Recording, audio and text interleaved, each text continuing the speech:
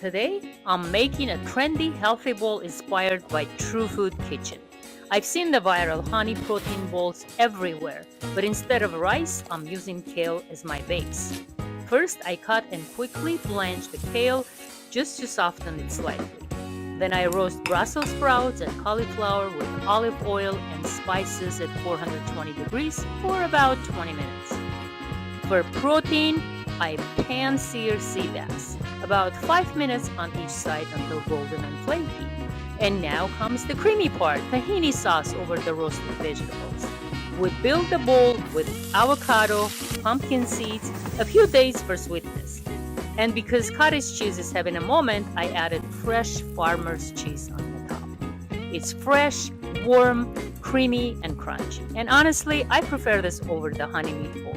Healthy doesn't have to be boring.